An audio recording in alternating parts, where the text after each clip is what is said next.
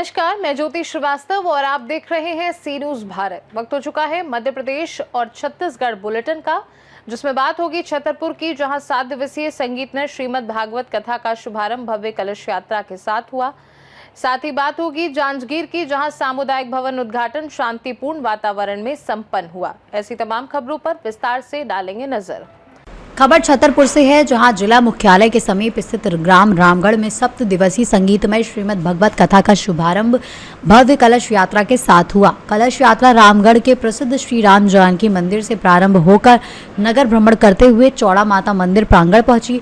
यात्रा में बड़ी संख्या में महिलाएं सिर पर कलश धारण कर मंगल गीत गाती हुई शामिल हुईं, जबकि मुख्य यजमान पंडित सुदीप मिश्रा एवं छाया मिश्रा श्रीमद् भागवत पुराण लेकर चल रहे थे। कथावाचक जानकी किशोरी महाराज भी डीजे, गाजे बाजे और घोड़ा बग्घी के साथ शोभा यात्रा में शामिल रहीं। नगरवासियों ने जगह जगह पुष्प वर्षा कर यात्रा का स्वागत किया। इस अवसर पर जानकी किशोरी ने श्रद्धालुओं से कथा श्रवण कर जीवन को सार्थक बनाने का आह्वान किया। वहीं पंडित सुरेश मिश्रा ने बताया कि ग्राम वासियों के सहयोग से आयोजित इस धार्मिक अनुष्ठान में अधिक से अधिक संख्या में शामिल होकर धर्म लाभ प्राप्त करें।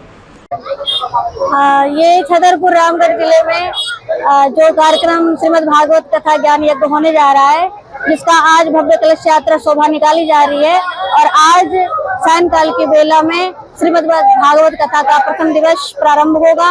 और ये श्रीमद् भागवत कथा मोक्ष देने वाली, सबका कल्याण करने वाली है।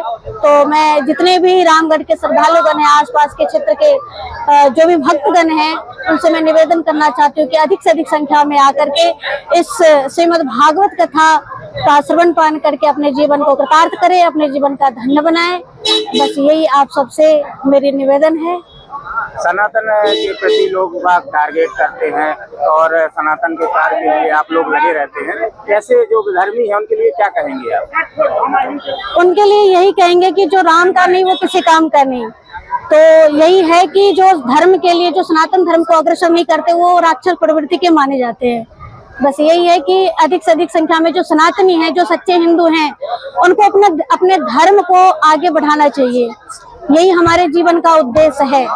आपने इतनी छोटी सी उम्र में इस मार्ग को चुना, इसकी वजह क्या है? इसका वजह ये है कि मैं इस छोटी सी उम्र में श्री राम जी की कथा, श्रीमद् भागवत जी की कथा कहना प्रारंभ किया, भक्ति लाइन में आने का प्रयास किया। इसका केवल एक ही कारण है कि हमारा सनातन धर्म किस प्रकार से आगे हो। ये हम एक छोटे से छोटे बच्चे को भी जब तक हम आगे नहीं बढ़ेंगे, जब तक हम लोग आगे भक्ति में नहीं बढ़ेंगे, तब तक हमारे जो आगे की पीढ़ी है वो इस भक्ति लाइन में अग्रसर नहीं होंगे। और मैं इस भक्ति लाइन में से जुड़ी क्योंकि ये सनातन धर्म हमें यही सिखाता है कि भक्ति की कोई उम्र नहीं होती और भक्ति करने के लिए ना कोई आयु होती है। तो जब मन करे, जब लगे कि हमें भगवान का भजन करना चाहिए, तो उस समय ही हमें प्रारंभ कर देना चाहिए। यही हमारा मानव जीवन का केवल उद्देश्य है। आज से भागवत कथा प्रारंभ हो रही है, कैसी तैयारियां हैं और कितने दिन पूरा प्रोग्राम चलेगा? आज बड़ा ही हर्ष का विषय है कि हमारे ग्राम रामगढ़ में श्रीमद् भागवत कथा का आयोजन हो रहा है।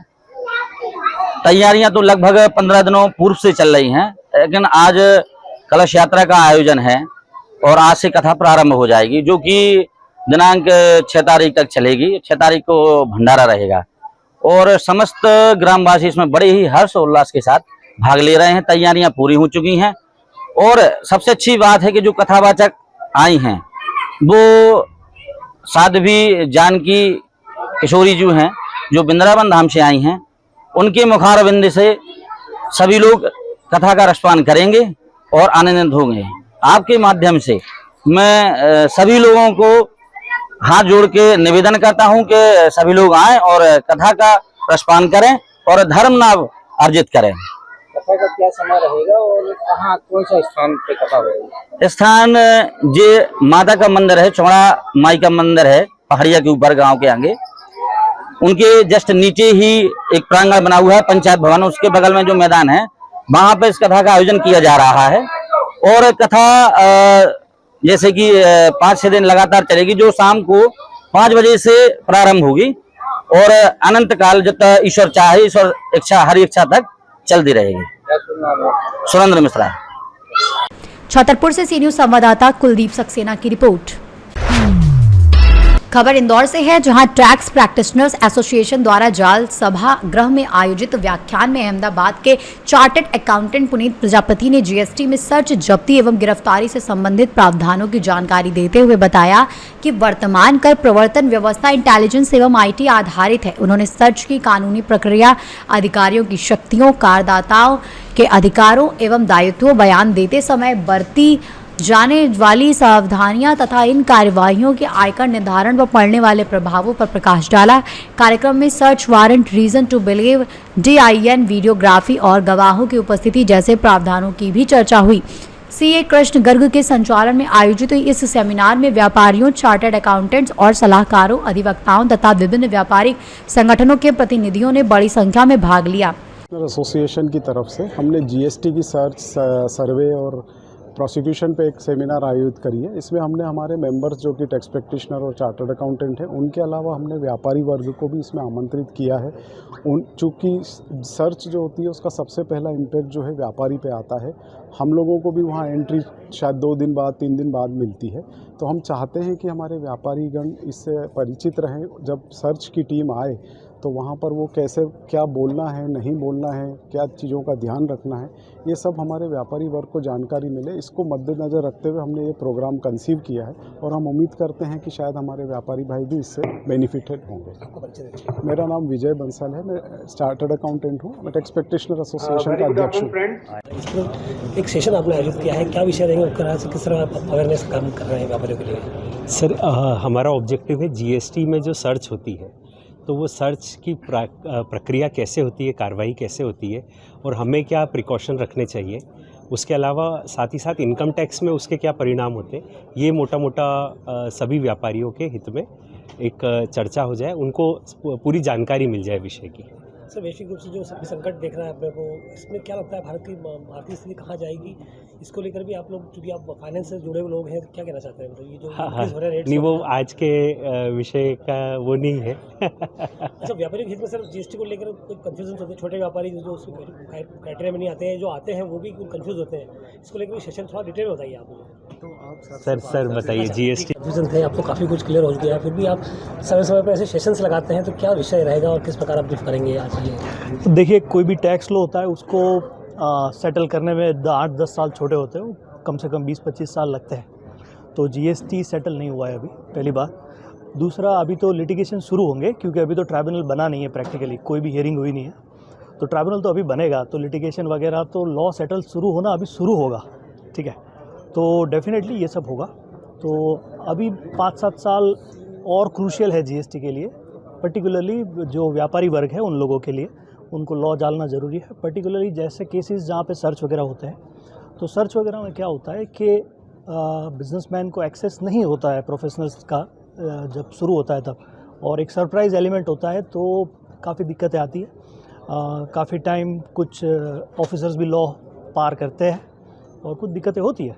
तो ऐसे केस में ज़रूरी है कि सारे व्यापारियों को पता चले कि लॉ क्या है, किस तरह से, क्या ऑफिसर्स के पावर है, क्या हमारे पास व्यापारियों के पास क्या उनके अधिकार है, क्या उनकी जिम्मेदारियां है, ये पता चले। तो ये आज का विषय है, हम इसी पे बात करेंगे। सर, प्रेजेंट सिनेरियो में जो हम देख रहे हैं, फाइनेंशियल क्राइसिस हो रहा है, कुछ चीज़ें इंक्रीज हो रही है, कुछ सप्लाईज बाधित हो रही है, क्या लगता है कि आने वाले समय में भारत जैसे बड़े देश में क्या स्थितियाँ बनेंगी? देखिए, ये आज ना तो मैं इकोनॉमिक लॉ का एक्सपर्ट हूँ, ठीक है, और मुझसे पूछना भी ये आप शायद, ठीक है, पर ठीक है, चीज़ें तो तकलीफें तो आती है, वो उसमें से ही बाहर आते हैं देश, है ना। इस प्रकार से जो सेशन कितने यूज़फुल है व्यापारियों के लिए, जो छोटे व्यापारी हैं, बड़े हैं? बिल्कुल। देखिए, GST मैंने बोला, जैसे ही GST आया, पहले 3-4 साल तो एक सरकार भी एग्रेसिव नहीं थी, क्योंकि नया लॉ था।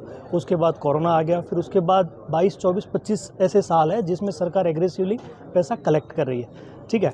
तो अगर सरकार को ऐसा एक्स्ट्रा, मतलब ज़्यादा पैसा कलेक्ट करना है, तो थोड़ा स्ट्रॉन्ग होना पड़ेगा। वो सर्च वगैरह आप फ्यूचर में ज़्यादा देखेंगे, है ना। तो ऐसे केस में ज़रूरी है बिजनेसमैन को भी पता चले क्या चल रहा है, लॉ क्या है, क्या उनके अधिकार है, क्या वगैरह। आपका परिचय दे दीजिए सर। मैं हूँ CA पुनीत प्रजापति, अहमदाबाद से हूँ, मैं GST में प्रैक्टिस करता हूँ। इंदौर से सी न्यूज संवाददाता ML शाह की रिपोर्ट। खबर इंदौर से है, जहां 12 जून को प्रस्तावित ब्रिक्स प्रतिनिधि मंडल के इंदौर धार भ्रमण को लेकर पुलिस अधीक्षक राजेंद्र कुमार वर्मा ने संबंधित अधिकारियों के साथ मार्ग का निरीक्षण कर सुरक्षा, यातायात एवं अन्य व्यवस्थाओं की समीक्षा की। उन्होंने अधिकारियों को नियमित पेट्रोलिंग, संवेदनशील स्थलों पर विशेष निगरानी और प्रभावी यातायात प्रबंधन सुनिश्चित करने के निर्देश भी दिए, ताकि प्रतिनिधि मंडल का दौरा सुनिश्चित और सुरक्षित एवं सुचारू रूप से संपन्न हो सके। निरीक्षण में उप पुलिस अधीक्षक उमाकांत चौधरी, नितिन सिंह, एसडीओपी संगप्रिय सम्राट, थाना प्रभारी मीना कर्णावत सहित अन्य अधिकारी उपस्थित रहे। इंदौर में उसमें करीब 10 देशों के प्रतिनिधि आएंगे यहाँ पर, तो उसमें उसके बाद जो 12 तारीख को उनको मांडू घूमने के लिए जाएंगे, विजिट करने के लिए। तो इसलिए हमने पूरा आज जो ट्रैक पूरा देखा है, रोड कहाँ पर कट पॉइंट है, कुछ सुरक्षा की दृष्टि से, क्योंकि जो भी विदेशी सदस्य देशों के जो भी प्रतिनिधि आ रहे हैं, माननीय प्रतिनिधि आ रहे हैं, उन सबकी सुरक्षा व्यवस्था के लिए पूरे रोड का हम लोगों ने जायजा लिया है। कहाँ कट पॉइंट है, उनकी सुरक्षा व्यवस्था को देखते हुए करीब 20-22 किलोमीटर का रूट है। तो क्या इंदौर से सी न्यूज संवाददाता राहुल देवड़ा की रिपोर्ट।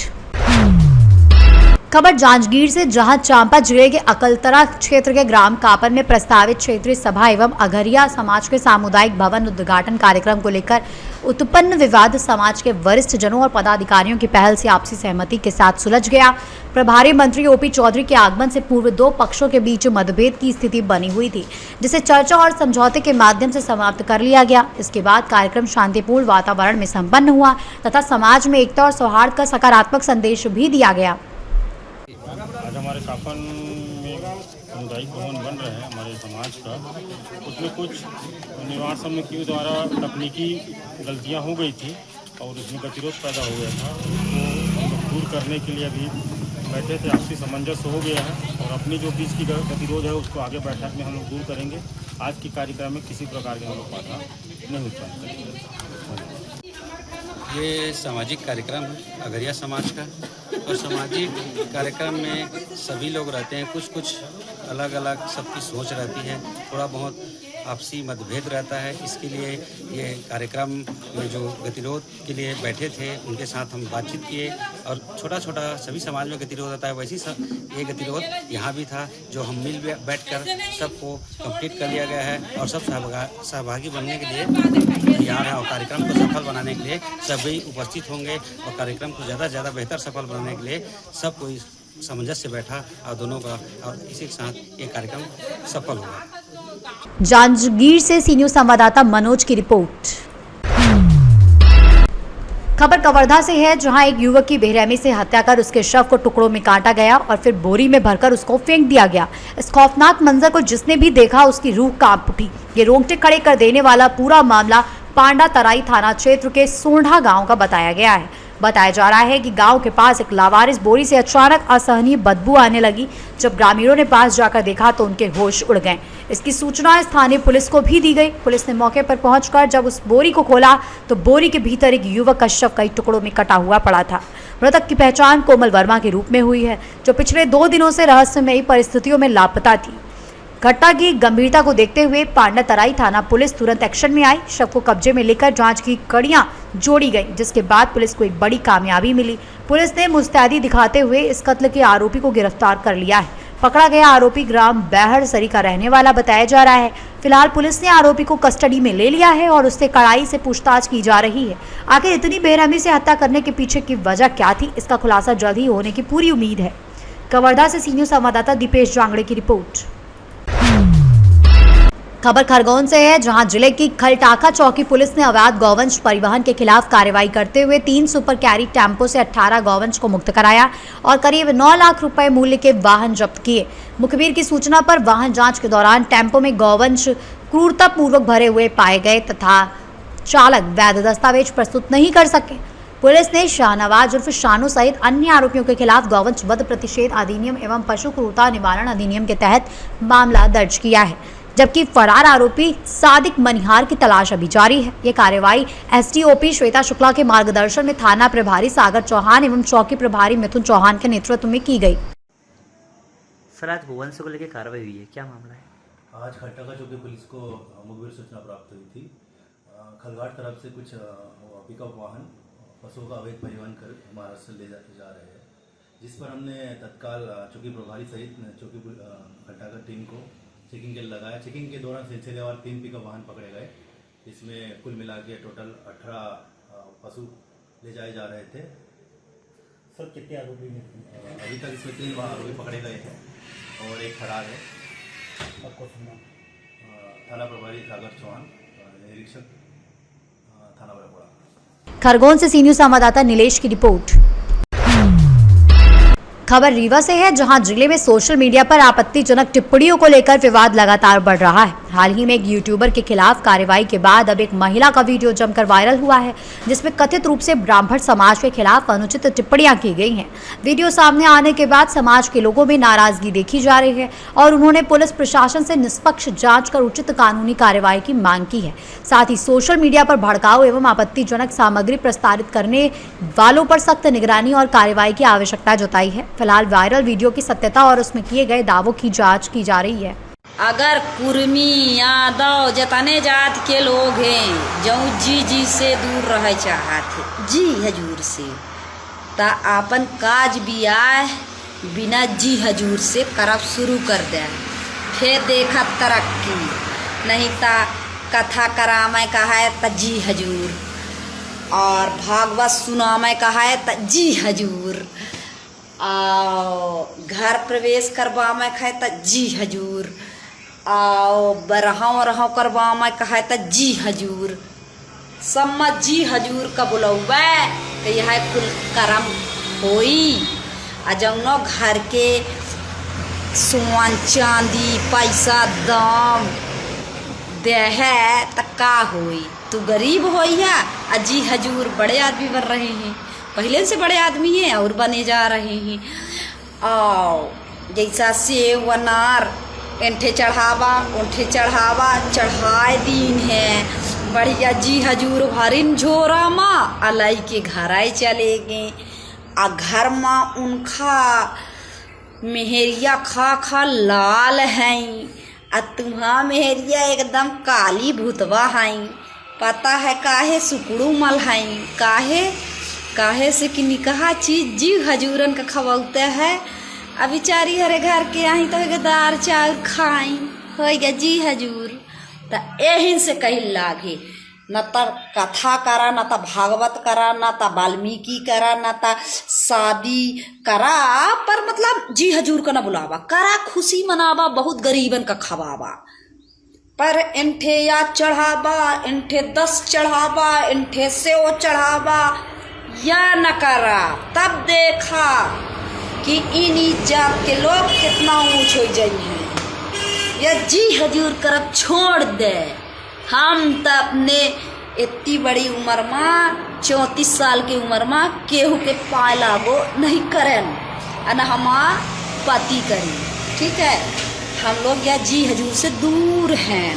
समाज वाले बहुत बोलते हैं इतना बड़ा घर बनवाया कथा तक न करे। अरे लड़का दूध ठे बढ़िया जोड़वा भी मानस तक न करे न होई, पैसा न होई, ऐसे नहीं कर लागा ही कहाँ देना यार। हम लोग ये गाने सुनी थे, ये गाने स्वीकार दे थे, कहने वाले कहने दो है। तो हम लोग जी हजूर वाला काम खत्म। और जिस दिन आप लोग भी काम खत्म कर दोगे जी हजूर जी, तो काम सब खत्म हो जाई। अब पाए लागो पंडित जी, पाए लागो पंडित जी, पाए लागो, यह खत्म कर दे अपने आप खत्म हो जाई, ठीक है। अब देख ले मनीष पटेल का, हमारे बेचारे का बेकसूर बेचारे का जेल में ले जाके डार दी। इतना छोट उम्र में ओखा ले जाके आज हथकड़ी पहनवा दी। हमका तो बहुत बुरा लागत जे करवाई सी तब मिल जाए तो का कट डारी, लेकिन होएगा मजबूर है हम हूँ। हमारे ऊपर मुकदमा न दर्ज करवा दे भाई है। तो यह कहीं लाग है हमारे मनीष पटेल जी से जेल गए के बाद अपना पतन यह सीख ले कि जी हजूर छोड़ दे, जी पंडित जी यह छोड़ दे, फिर देखी कि का होता है हमारा कुर्मी समाज, यादव समाज, जितने समाज नीच वर्ग के हैं सब ऊपर चले जाए हैं। ये दान करब छोड़ दे, यहाँ वहाँ रुपये चढ़ाओ छोड़ दे, कहे माता रानी के दान करते हैं ता माता रानी खाती ही नहीं खाती ना। वह दान गरीब आदमी का करा जेके पास कुछ न हो, को विकलांग हो, को कैसो हो, लाचार लोग का करा तो वह उतना पुण्य होता है। ठीक है ना। अब बाकी न को स्वर्ग से वापस आवा कि स्वर्ग ओखा मिला है, ओखा नरक मिला है, को नहीं आओ वापस। ठीक है ना। सब यहाँ मिला था स्वर्ग नरक। लोगन का यह बहम फैला दिन गा, कानून में भर दिन गा कि कथा करा, मानस करा, भागवत करा तो यहाँ जइहा वहाँ जइहा स्वर्ग में जइहा, यह सब बहम फैलाओ गा है कि हम पचा ई करें तो हम पचा दान करें तो फिर हम पचा माला माल हो। समझते नहीं हो बात को यार। इसीलिए कहते हैं ये सब करना छोड़ दो, गरीबों को जितना आपके पास एक्स्ट्रा है गरीबों को दान करो और बाकी अपना खुश रहो। और जहाँ हम तो कहते हैं जात पात है ये नहीं है कुछ यार, सब यहाँ बनावागा है। तो मनीष पटेल भैया के जल्दी से जल्दी जमानत करवा दे, नहीं तब बहुत बड़ा हंगामा हो, ये एकदम पक्की बात है। कहे से कि उन कुछ हो जुलूम करे ही, मर्डर नहीं करे ही, नंच का नाम से आए, बाकी तो उससे कितना बेहद बेहद मैं पांडे जी का बेटा हूँ, चुम्मा चुपक के लेता हूँ। तो इनका को नहीं चुम्मा चुपक के लेता हूँ तो इनका को कुछ नहीं कहिस, इन्हें कि जेल में फिर यूँ जाए जेल में तब तो है। तो यहीं से मनीष भाई का बाहर निकल बाबा जाए, जमानत करवाई जाए बेचारे का। वाह रे भगवान, है प्रभु, सिर्फ प्रभु के अलावा को नहीं आए। अजी हजूर का हाथ छोड़ दिया, सब काम अच्छा हो। धन्यवाद। अगर हमारा बात केहू का कड़वी लाग हो तो जहर समझ के घुट कर ले। ठीक है। और हम तो अपने हिसाब से ठीक है कहीं लागे, हम का बहुत गुस्सा है, ये दुनिया से गुस्सा है जो ये जाति पास से, ये जो पार्टी में कोलवा चमरा तेली चमार पता नहीं का हमें तो ये नहीं समझ में आवे। रीवा से सी न्यूज़ संवाददाता अर्जुन की रिपोर्ट। मध्य प्रदेश और छत्तीसगढ़ बुलेटिन में फिलहाल के लिए इतना ही। बने रहिए सी न्यूज़ भारत के साथ, हर खबर आपके साथ, आपके हाथ।